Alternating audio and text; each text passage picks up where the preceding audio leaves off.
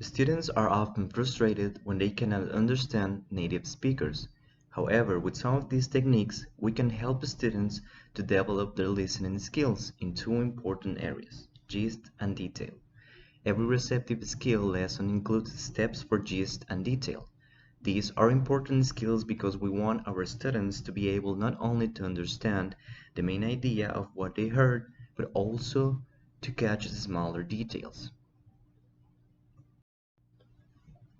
Today, I'm going to teach a listening lesson.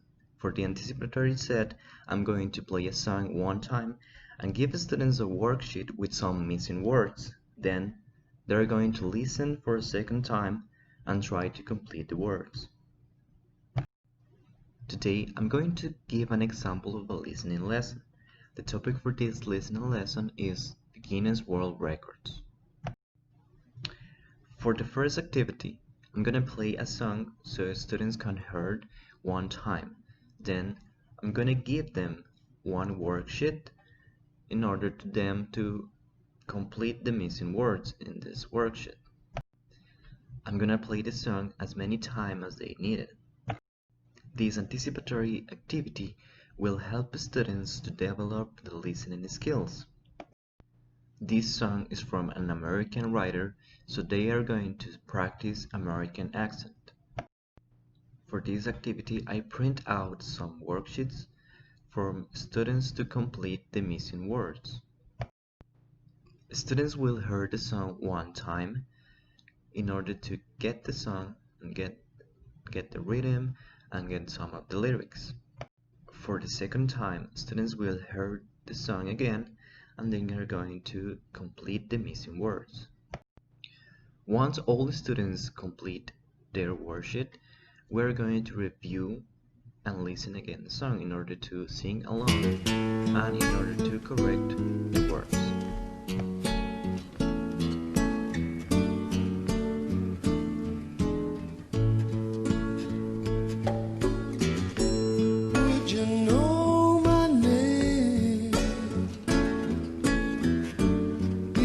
Saw you in heaven, would it be the same if I saw you in heaven? I must be strong and carry on, 'cause I know I don't belong here in heaven.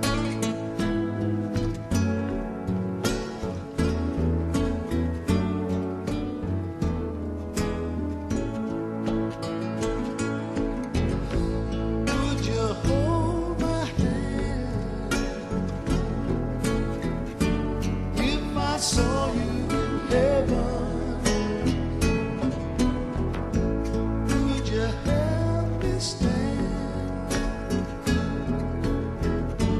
If I saw you in heaven, I'll find my way through night and day, 'cause I know I just can't stay here in heaven.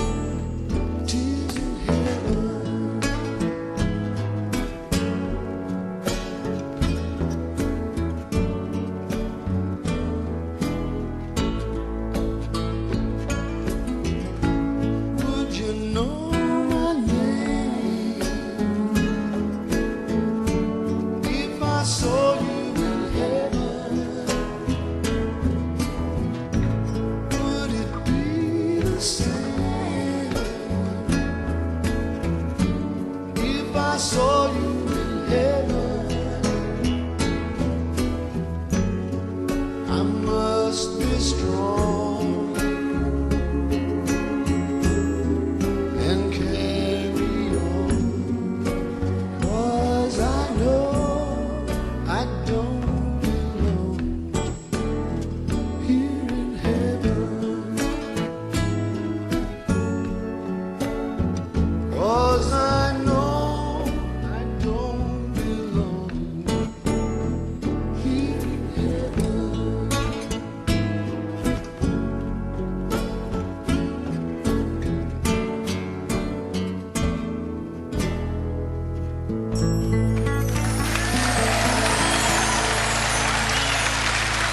Thank you. Once we finish with this activity, we're going to talk about Guinness World Records, about the history. I'm going to play a video so they can read the video and they can hear about the Guinness World Records. In this video, they're going to learn about the creation of the Guinness World Records book. So they are going to watch a video about the history. They will know about some facts about this interesting topic.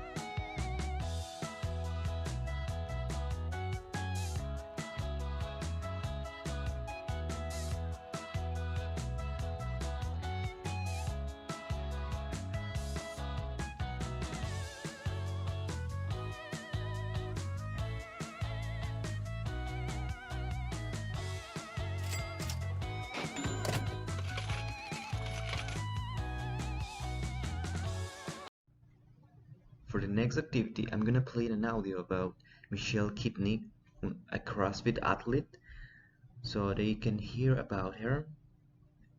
And for this activity, they're going to hear one time in order to catch some details, and I'm gonna play the second time, so they are going to answer some questions.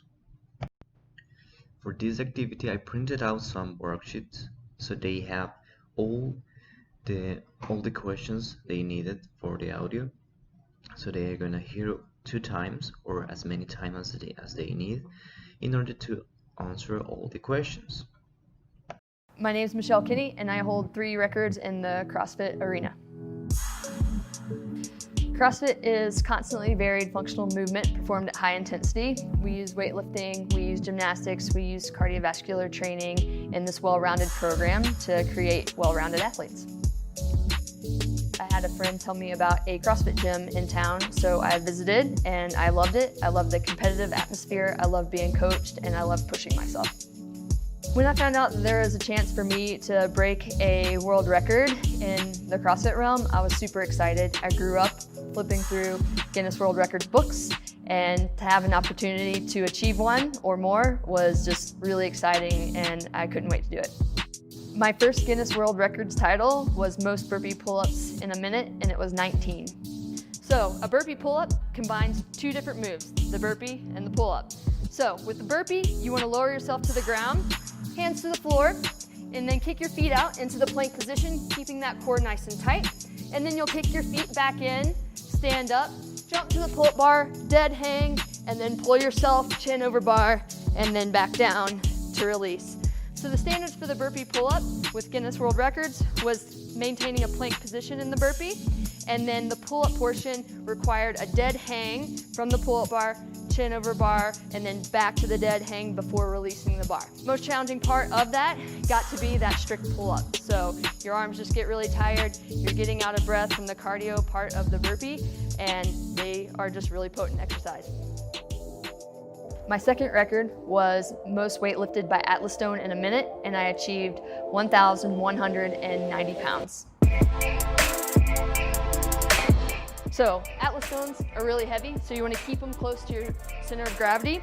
So you're going to bend down at the knees and hips, approach the ball, rock the ball on top of your hands, and then you're going to deadlift by pushing your legs through the ground, catching the Atlas stone at the stopping point, then using your hips to roll that ball up your body and onto the platform. My third record achieved was most weight lifted by Atlas stone in 3 minutes, and I achieved 3,080 pounds. For my record attempt, the guidelines were to lift any stone of any weight from the floor to this platform and back down again, accumulating as much weight as possible in the 1 minute or the 3 minutes.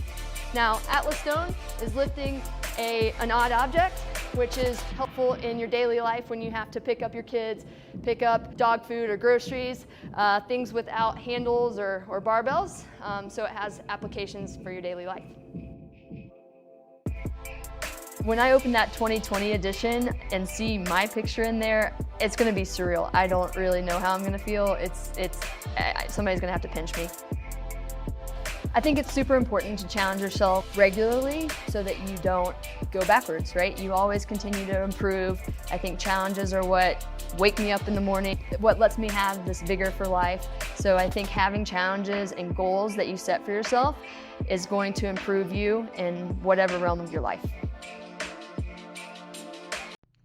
Once we completed the activity, we're going to practice some new words in order to practice pronunciation.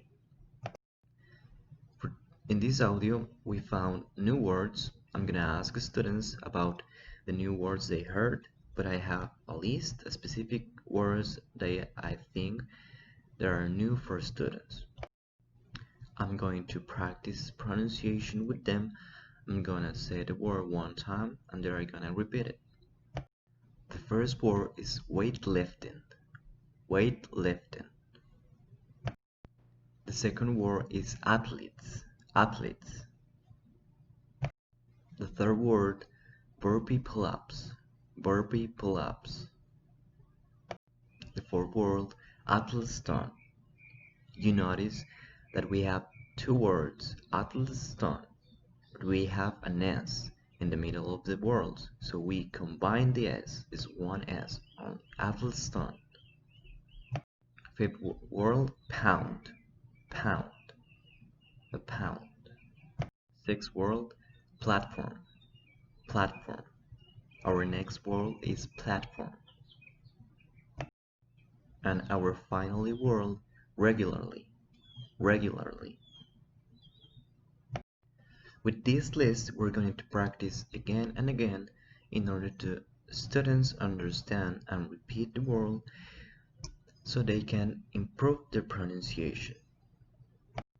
When they have completed the lesson, we're going to review one time. We are going to listen again the audio in order to correct the answers. For this lesson, I'm going to use this approach for the next activities.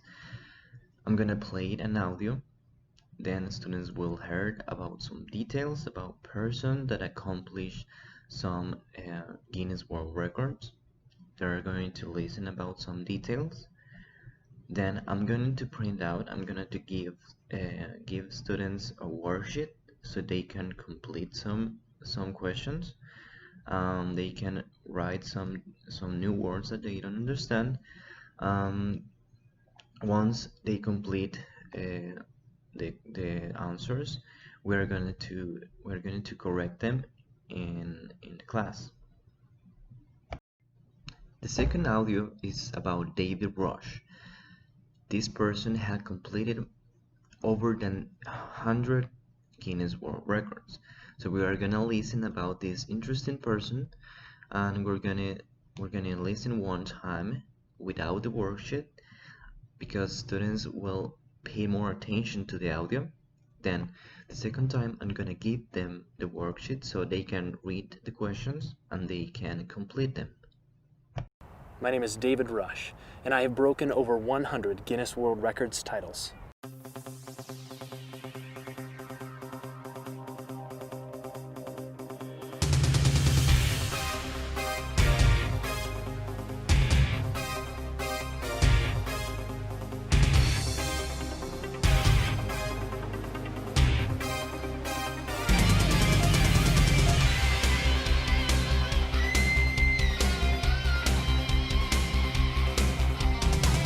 I started with the juggling records and then branched out into balancing records where I could take a chainsaw or a ladder and balance them on my chin. And as I built up the strength, I realized I could do more objects for a longer period of time and then also walk distances with them on my chin.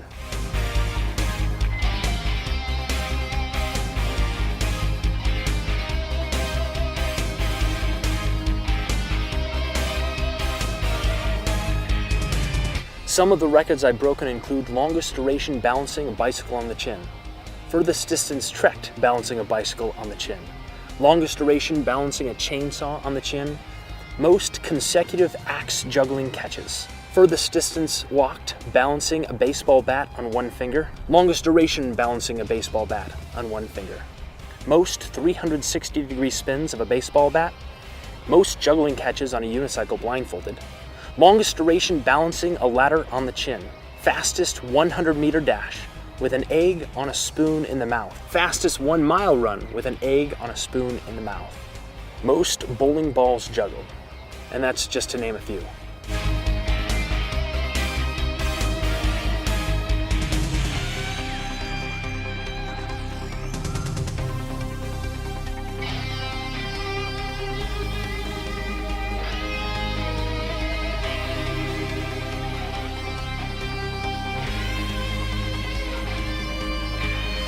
The first Guinness World Records title I was trying to break was fastest 800 meters run while juggling, and I ran over 2,000 miles. I ran until my legs burned and my lungs were on fire, and I ran more. But at the end of a year and a half of training, I went on one last run where I hurt my knee. And so I pivoted to blindfolded juggling because I realized I just spent a couple hundred hours doing the basic 3-ball cascade, and if I stood still, I could do it with my eyes closed.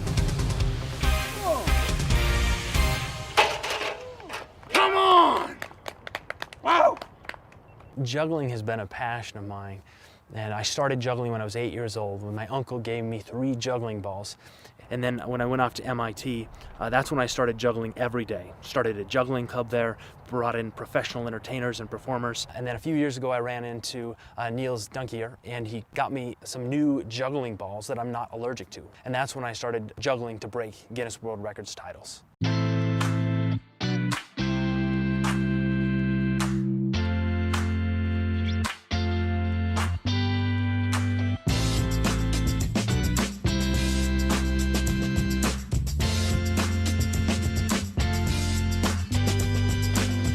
To juggle as fast as humanly possible, there's 2 things that need to happen. Obviously, the throws need to be close and tight, but the limiting factor is the amount of time each ball spends in each hand. So as soon as the ball hits the hand, you want to get it out of the hand as fast as possible. Gravity is just as fast for everybody, but if I can get the ball out of my hand faster, it results in more catches in 1 minute.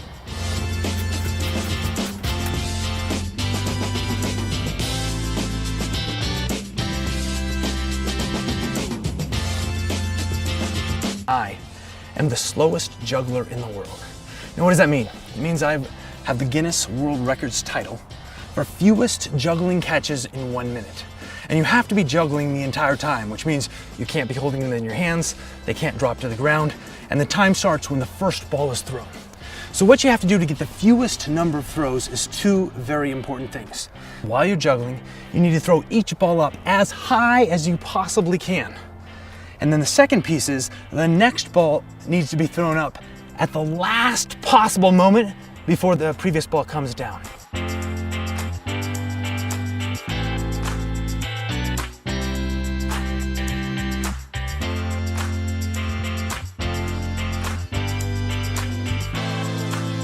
I want other people to look and recognize, hey, if I spend a lot of time, energy, and effort on anything, that I can become great at it. I can become the best in the world, whether it be a Guinness World Records title or being the best author or speaker or friend that you can be. You can literally get better at anything. As I said, we're going to use the same approach from the first audio. So I'm going to play the audio. Students will write some new words that they don't understand, and I'm going to make the list from the most important words that they may require more attention to the word. For this audio, we have some words and we are going to practice with the students. The words are chainsaw. The first word is chainsaw. The second word is juggling. The third word is blindfolded. The fourth word is gravity. And the last word is unicycle. So with this list, we're gonna practice with the students. We're gonna repeat 1 time, and they are gonna repeat and repeat again, so they accomplish a good pronunciation. For the last audio, we're gonna hear about Martin Rees. He's a magician and he's a Guinness World Record holder. So we're gonna hear about him, about some details about his life, and students will the first time will hear about without worksheet, so they can pay more attention to the audio, and then I'm gonna give them the worksheet so they can complete some questions in it.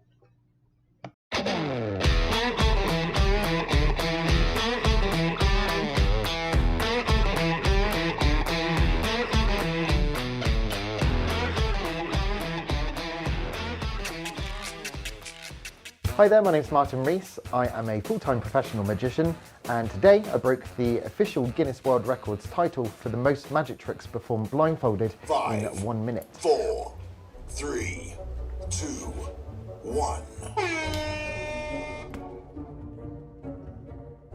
So trying to do the most magic tricks in a minute is tricky in itself, because obviously you've got to consider things like exposure, the people seeing how the tricks are done, and also trying to remember what trick comes next. So it's bad enough trying to do it without a blindfold, but with the blindfold thrown in, it takes it to a whole different level, because I've got to do that all purely from muscle memory. I literally practiced the routine at least it was about 220 times before today, just to ensure that I felt very comfortable in the moment, because I didn't want to get myself flustered and potentially miss actually breaking the record.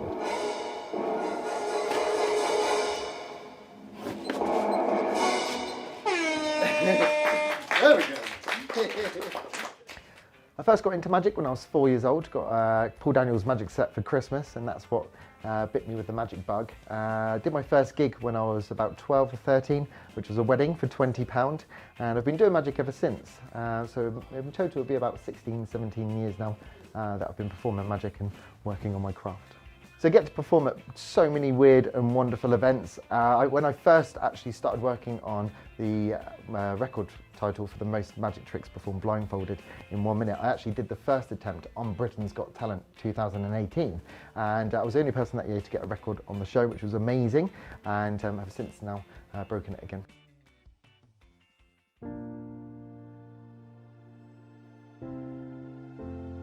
In my spare time, I work with a charity called Spread a Smile, who provide entertainment and events for children in hospital.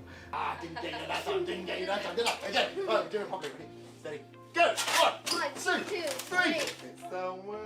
So every week we go to Great Ormond Street and a few of the other hospitals in London, and I use magic as a form of therapy, just to put a smile on the face and brighten up their mood. Okay, we are 100% going to tie a knot in it this time. Okay, can you hold on to the balloon for me? So it's been a really humbling experience doing that. I've been doing it for the last 4 years, and it was actually doing the charity work that inspired me to get out and do something different, and that's how I've ended up doing the world records. If it wasn't for starting with the charity, and if it wasn't for Spread a Smile, I certainly wouldn't be here today, and most likely wouldn't have got the 3 records that I have.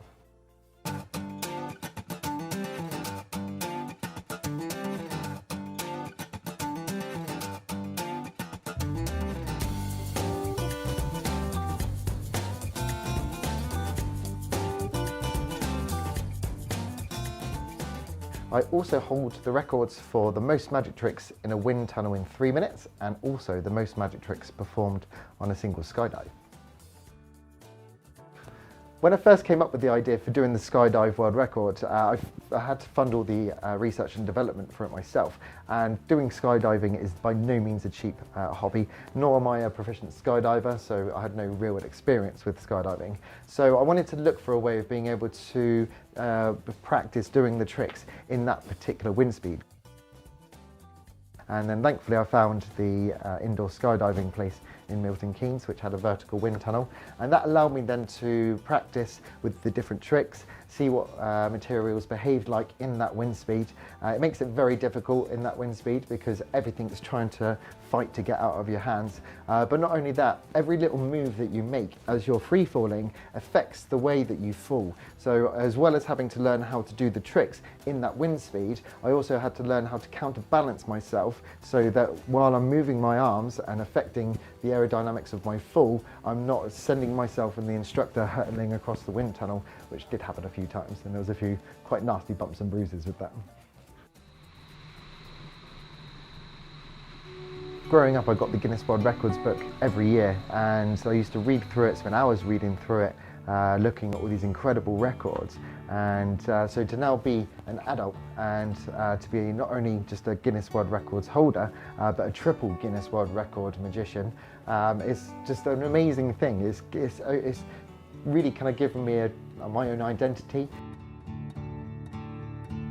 Anyone looking to achieve a Guinness World Record title, I would say 100% go for it. Not for the faint-hearted. You will have to work hard in order to get it, but I promise you, if you do it, you'll feel so over the moon once you've got that record title. For the last audio, we have a list about new words from students. So the words are the first, skydiving, wind tunnel, second word, wind tunnel, flustered, the third word, flustered, the next word, craft, next word, charity, the next word, magician, and last word, identity. identity. I use this approach in the 3 audios because I want students to pay attention to the audio so they can listen about details, they can practice these 2 important skills, that is gist and details. So for the second time they heard, they're gonna be easy for them to get some to respond the questions that I give them, and they're gonna complete the worksheet in an easier way. Okay, for the last activity, I use the list of words of each audio in order to create an extra activity. With these words, we're going to practice the words one more time. We're going to practice pronunciation, and I prepare an activity with the words and pictures of the words. I ask students to link the word with the picture so they can create a better understanding about these words. For this class, I'm gonna use some materials as my laptop and a speaker. Also, I'm gonna print out some worksheets, and for the last activity, I'm gonna use a projector so I can project the list of words and the pictures, so students will link the pictures with the words.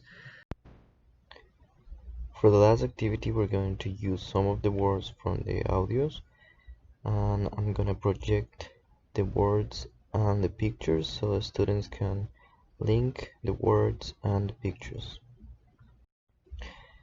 This final activity will help me to remember some of the words learned into the class.